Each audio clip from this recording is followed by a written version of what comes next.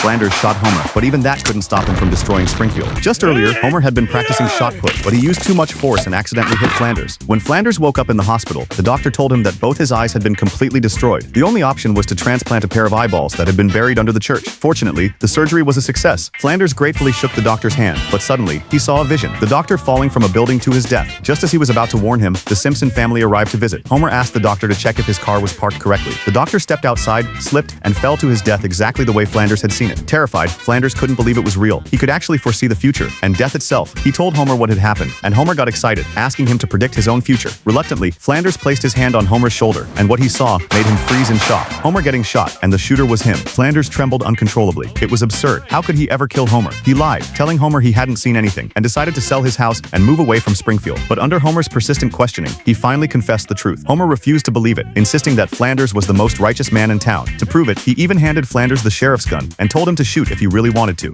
Come on, shoot me a new one.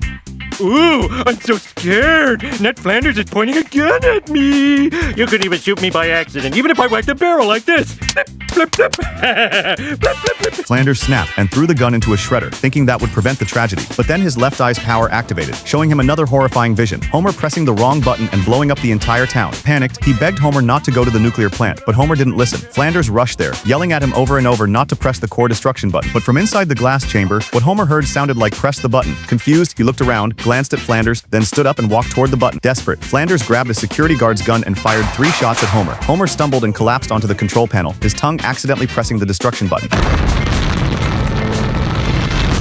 In that instant, Flanders' right eye activated, and time rewound to that morning. Drenched in sweat, Flanders gasped for breath and swore that this time he would change everything.